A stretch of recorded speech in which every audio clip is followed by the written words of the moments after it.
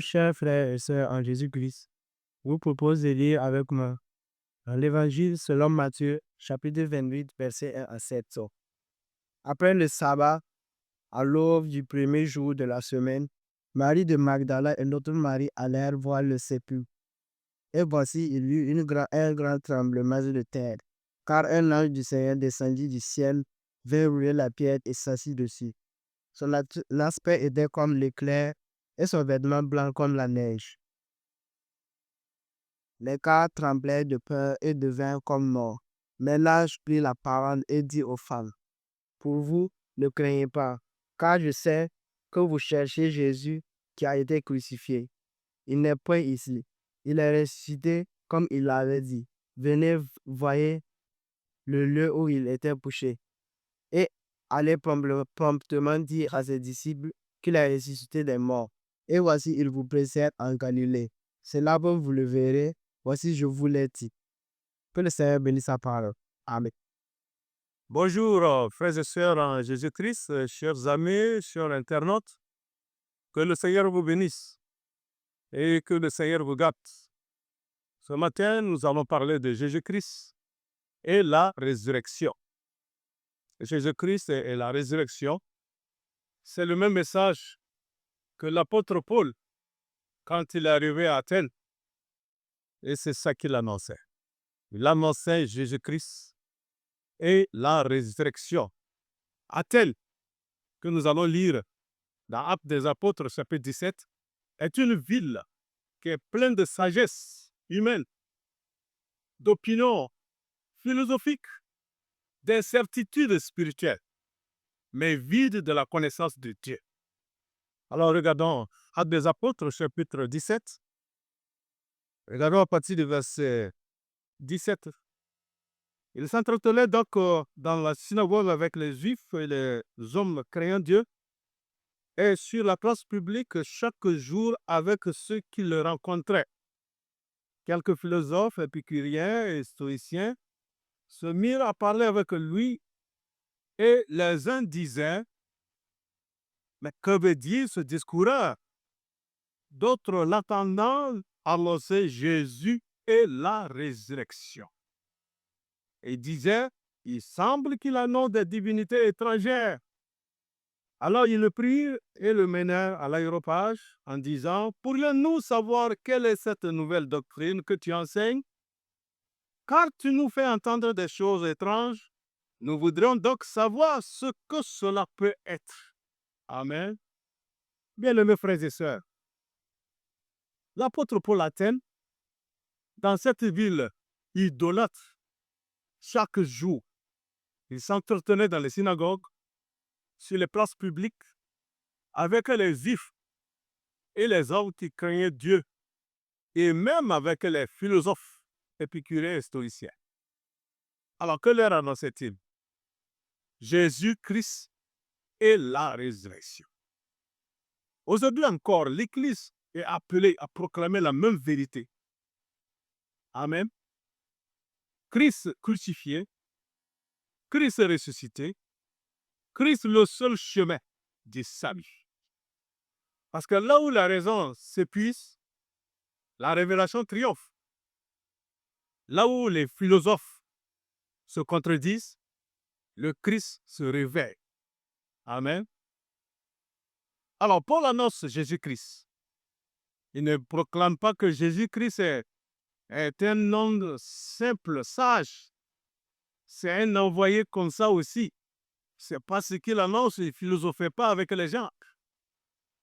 Il ne parlait pas selon l'intellect. Non. Il parle de Dieu Tout-Puissant. Il prêche Jésus-Christ, la personne divine et vivante. Ce n'est pas un système de pensée qu'il prêche. Parce qu'il dira dans Jean chapitre 1, la personne de Jésus-Christ, au commencement était la parole et la parole était Dieu. C'est ça qu'il annonce. Et la parole était Dieu. Elle était au commencement avec Dieu, toutes choses ont été faites par elle, et rien de ce qui a été fait n'a été fait sans elle. Amen. Et au verset 4, il dit, en elle était la vie, et la vie était la lumière des hommes.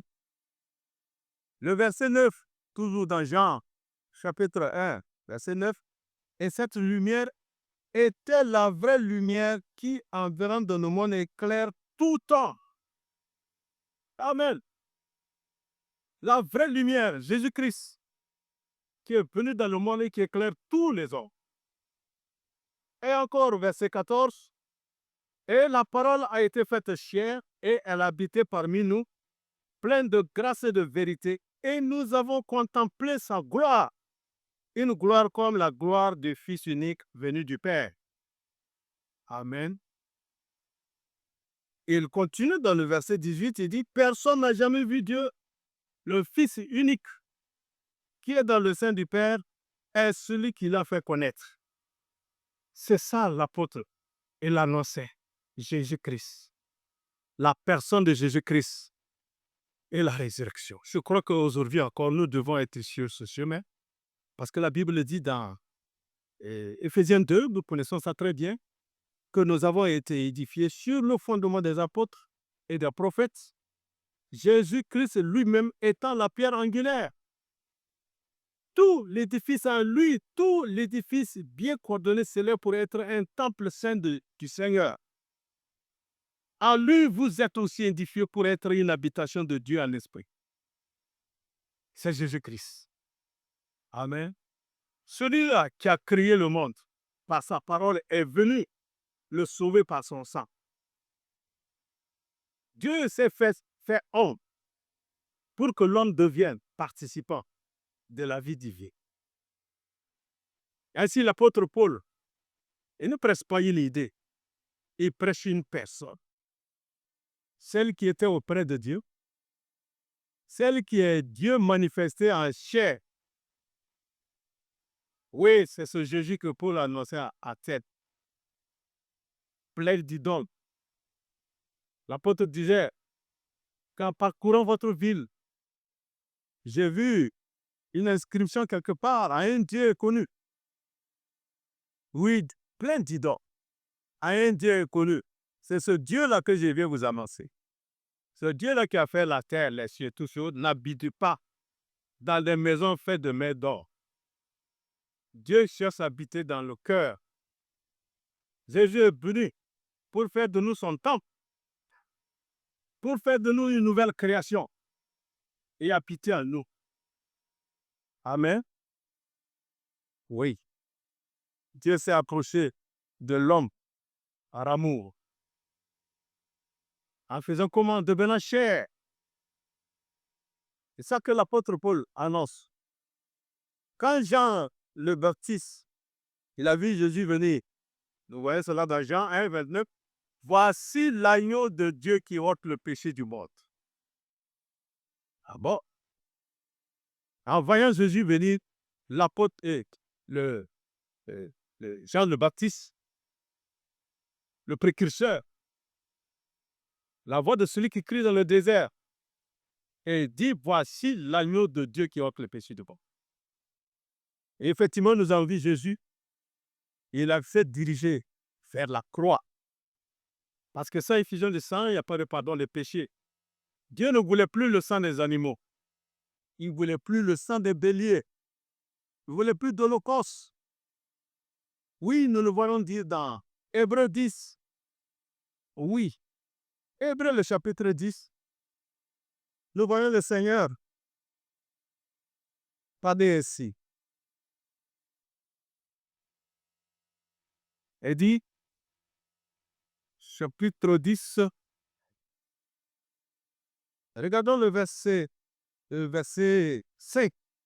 C'est pourquoi Christ, entrant dans le monde, dit, tu n'as voulu ni sacrifice ni offrande, mais tu m'as formé un corps. Tu n'as agréé un holocauste, ni sacrifice pour le péché. Alors j'ai dit, voici je viens. Dans le rouleau de livre, il est question de moi pour faire, ô Dieu, ta volonté. Après avoir dit, d'abord, tu n'as voulu et tu n'as agréé ni sacrifice, ni offrande, ni holocauste, ni sacrifice pour le péché, ce qu'on offre selon la loi, il dit ensuite, voici je viens. pour faire ta volonté. Donc, il abolit ainsi la première chose pour établir la seconde. Voilà le Seigneur Jésus à la croix. L'agneau de Dieu est allé à la croix. Nous le voyons à cette croix dans Matthieu 27, où vraiment, depuis la 6e heure, Matthieu 27, depuis la 6e heure, jusqu'à la 9e heure, verset 45, depuis la 6e heure jusqu'à la 9e, il y eut des ténèbres sur toute la terre. Et vers la 9e heure, Jésus s'écria d'une voix forte, Élie, Élie, lama sabachthani, c'est-à-dire, mon Dieu, pourquoi m'as-tu abandonné? Nous le voyons, Jésus-Christ à la croix. Amen. Le ciel était couvert de ténèbres. Ça, c'est le signe de jugement divin porté sur le Fils. Le soleil a couvert sa face. La lune, tout. Il n'y avait plus de clarté. Le jugement est tombé sur Jésus. À notre place, il s'est fait substitut. Et le verset 51, regardez le verset 51 de Matthieu 27. Et voici le voile du temple se déchira en deux, depuis le haut jusqu'en bas. La terre trembla, les rochers se fendirent, les sépulcres s'ouvrirent et plusieurs corps des saints qui étaient morts ressuscitèrent. Étant sortis du sépulcre, après la résurrection de Jésus, ils entrèrent dans la ville sainte et apparurent à un grand nombre de personnes. La résurrection. Tous ceux qui étaient là, les Abraham, les Jacob, ils attendaient ce moment-là. Oui, le temple s'est déchiré en deux, du haut en bas. Il n'y a plus d'obstacle encore. La séparation est ôtée. L'accès maintenant à Dieu est ouvert par le sacrifice de son Fils. Amen. Plusieurs corps qui étaient là, enterrés depuis des années et des années, ils attendaient ce moment-là. Les rochers se sont fendus, les sépulcres se sont ouverts, et à la résurrection maintenant, ils sont tous montés, parce que Jésus a inauguré le ciel maintenant par son sang. L'accès est là maintenant. Ils sont tous montés maintenant auprès de Dieu. Amen. C'est ça qu'il faut prêcher. Et c'est ce que l'apôtre prêchait à terre. Voyez-vous, la croix n'est pas une défaite. La croix, c'est le centre de l'histoire. C'est le triomphe du salut. C'est l'autel où l'agneau est immolé pour le monde. Il faut prêcher ça. Il faut annoncer ça. Parce que Satan pensait qu'en amenant Jésus à la croix, c'était une défaite de Jésus. Il ne pouvait pas comprendre le plan merveilleux de Dieu. À la croix, la miséricorde et la justice se rencontrent et l'enfer se lamente parce qu'il perd ses captifs. Amen, alléluia. L'enfer a perdu ses captifs. On est sauvé maintenant au travers de Jésus. Là où Adam est tombé, Jésus se dresse. Là où le péché a régné, la grâce triomphe. Amen. Bien-aimé, Paul ne prêchait pas seulement Jésus-Christ crucifié, mais aussi Jésus-Christ ressuscité. Regardons Matthieu 28, le verset 1. Après le sabbat, à l'heure du premier jour de la semaine, Marie de Magdala et l'autre Marie allèrent voir le sépulcre. Et voici, il y eut un grand tremblement de terre, car un ange du Seigneur descendit du ciel. Il vint rouler la pierre et s'assit dessus. Son aspect était comme l'éclair et son vêtement blanc comme la neige. Et les gardes tremblèrent de peur et devinrent comme morts. Mais l'ange prit la parole et dit aux femmes, Pour vous, ne criez pas, car je sais que vous cherchez Jésus qui a été crucifié. Il n'est pas ici, il est ressuscité comme il avait dit. Venez et voyez le lieu où il était couché. Et allez promptement dire à ses disciples qu'il est ressuscité des morts. Et voici, il vous précède en Galilée. C'est là que vous le verrez. Voici, je vous l'ai. Jésus est ressuscité. Oh, c'est merveilleux. C'est ce que Paul annonçait aux Grecs. Oui, le tombeau est vide. L'ange est descendu. La pierre fut roulée. Le crucifié est ressuscité. Amen. Gloire au Seigneur. Nous voyons Jésus avant d'aller à cette croix, devant la tombe de Lazare. C'est ça qu'il va annoncer à ses disciples, et devant ses disciples et aux deux sœurs de Lazare. Regardons dans Jean 11, Jean le chapitre 11, verset 25. Jean 11, 25. Jésus lui dit, je suis la résurrection et la vie. Celui qui croit en moi vivra quand même il serait mort. Et quiconque vit et croit en moi ne mourra jamais. Crois-tu cela? Amen. Jésus est la résurrection et la vie. Si tu crois en Jésus, tu vivras, même quand tu serais mort. Amen. Nous voyons encore cet apôtre,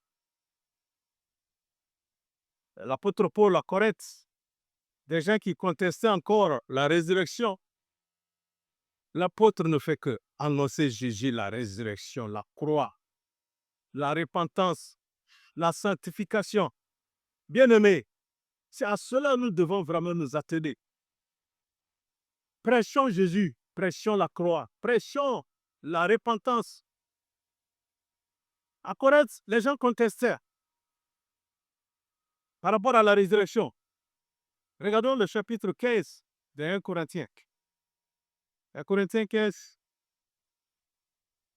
Regardons le verset 3. Car Christ ne s'est pas complu. Non, pardon. 1 Corinthiens 15, le verset 3. Voilà, je suis là. Je vous ai enseigné avant tout, comme je l'avais aussi reçu, que Christ est mort pour nos péchés, selon les Écritures, qu'il a été enseveli et qu'il est ressuscité le troisième jour, selon les Écritures. Continuons. Et qu'il est apparu à ses forces, puis aux 12. Ensuite, il est apparu à plus de 500 frères à la fois, dont la plupart sont encore vivants, et dont quelques-uns sont morts. Ensuite, il est apparu à Jacques, puis à tous les apôtres. Après eux tous, il m'est aussi apparu à moi comme à l'avorton, car je suis le moindre des apôtres. Je ne suis pas digne d'être appelé apôtre parce que j'ai persécuté l'Église de Dieu. Voyez, cet apôtre dit que j'ai le moindre des apôtres. Pendant aujourd'hui, des gens se proclament apôtres. Ils se proclament prophètes, prophètes des nations, de ceci, de cela. Revenons vraiment aux Saintes Écritures. Revenons sur les traces des vrais apôtres qui sont humbles, qui sont brisés. Amen. Paul continuera de dire dans le verset 14, « Et si Christ n'est pas ressuscité, notre prédication est donc vaine et votre foi aussi est vaine. » Ça, c'est vrai. Il faut prêcher la résurrection. Et le verset 20, du chapitre 15, de 1 Corinthiens, « Mais maintenant Christ est ressuscité des morts. Il est les prémices de ceux qui sont morts. » Il est les prémices de ceux qui sont morts. Verset 22. « Et comme tous meurent à Adam, de même aussi tous revivront en Christ. » C'est ça qu'il prêchait à terre. Et le 54, verset 54, « La victoire sur la mort, 54. Et lorsque ce corps corruptible aura revêtu l'incorruptibilité, que ce corps mortel aura revêtu l'immortalité, alors s'accomplira la parole qui est écrite: la mort a été engloutie dans la victoire. Ô mort, où est ta victoire? Ô mort, où est ton aiguillon? L'aiguillon de la mort, c'est le péché, et la puissance du péché, c'est la loi. Mais grâce soit rendue à Dieu qui nous donne la victoire par notre Seigneur Jésus-Christ. Ainsi, mes frères bien-aimés, soyez fermes, inébranlables, travaillant de mieux en mieux à l'œuvre du Seigneur, sachant que votre travail ne sera pas vain dans le Seigneur. Merveille, c'est merveille. Voyez-vous, la résurrection de Christ, c'est la destruction de la mort. Et c'est l'espérance des saints et l'assurance des croyants. Amen. Paul, face à ceux qui cherchaient Dieu par la philosophie, il proclame le seul moyen de salut. Je suis le chemin, la vérité et la vie. Nul ne vient au Père que par moi. Jean 14, 6. Bien-aimé, aucun raisonnement humain, aucune sagesse d'Athènes, aucun système religieux ne peut conduire à Dieu. Ça, c'est la vérité. Il n'y a qu'un seul chemin, Jésus-Christ. Une seule vérité, sa parole vivante.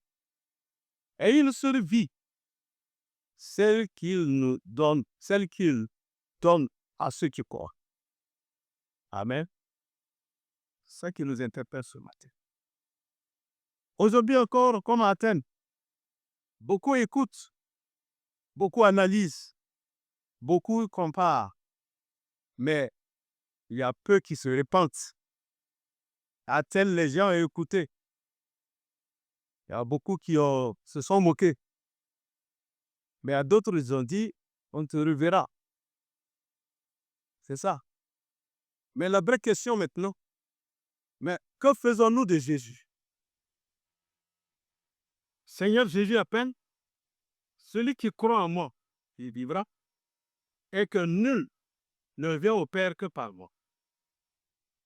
Ne soyez pas comme ceux d'Athènes qui se moquaient, mais comme ceux qui ont dit, nous t'entendrons là-dessus encore une fois. Ils ont désiré encore l'entendre. Amen. Demain n'est pas garanti, bien-aimé. C'est maintenant le jour du salut. Il ne faut pas remettre à demain. Dès que tu entends cette nouvelle, Jésus et la résurrection, c'est aujourd'hui qu'il faut l'accepter. Voilà un peu ce que nous partageons ce matin.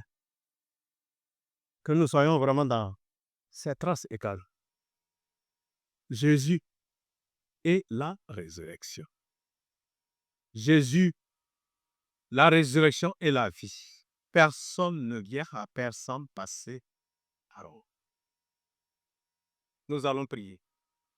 Merveilleux Père de grâce, source de toute lumière et de toute vie, nous te bénissons pour ton Fils, Jésus-Christ, qui s'est fait chair pour notre salut. Tu l'as envoyé dans le monde comme la vraie lumière qui éclaire tout temps. Et par lui, tu nous as fait connaître ton cœur rempli de grâce. Nous te rendons gloire pour le mystère de la croix, où l'agneau immolé a porté nos péchés, où les ténèbres ont tremblé, où le voile s'est déchiré, où le salut a triomphé pour toujours. Fais que la puissance de ce sacrifice marque nos cœurs d'un sceau indélébile. Nous te magnifions pour la résurrection glorieuse de ton Fils, premier-né d'entre les morts, vainqueur de l'enfer, destructeur de la mort et auteur d'une espérance impérissable. Accorde-nous, Seigneur, de marcher chaque jour dans la force de cette nouvelle vie et de tenir ferme dans la foi et de proclamer sans honte le Christ divin. Ô Seigneur Jésus, toi qui es le chemin, la vérité, la vie, conduis-nous dans ta lumière. Affermis nos pas dans ta vérité et remplis nos cœurs de ta vie divine. Que ton Saint-Esprit fasse de nous des témoins fidèles, ardents, constants et pleins d'amour. Et maintenant, ô Dieu, notre Dieu Tout-Puissant, garde ton peuple dans la paix, fortifie-le dans ta grâce et fais-le demeurer dans l'espérance jusqu'au jour où tu paraîtras en gloire. À toi sont l'honneur, la puissance, la majesté au siècle des siècles. Amen. Merci Père, te le demandons ainsi au nom de ton Fils Jésus-Christ. Amen. Que le Seigneur vous bénisse. Amen.